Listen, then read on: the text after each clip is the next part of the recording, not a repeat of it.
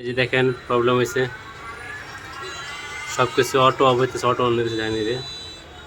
আমার switch out পোর্টের আরেকটা সুইচ লাগানো ছিল আর ওই এমসি দেখেন অটো অফ হইতেছে, অটো অন হইতেছে, বুঝছেন?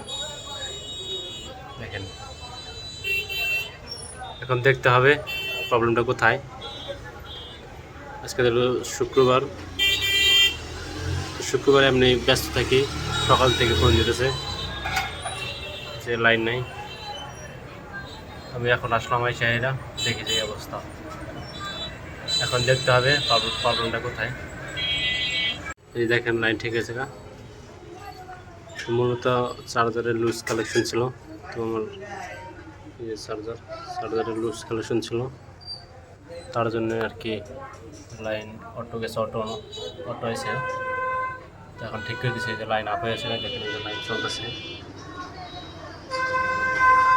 আর এটা আমার 16 ভোল্টের সুইচ। এই সব কিছু এই যে ওকে, এই যে দেখেন লাইন আপ হয়ে গেছে, এখন আমার লাইন ঠিক হয়ে গেছে।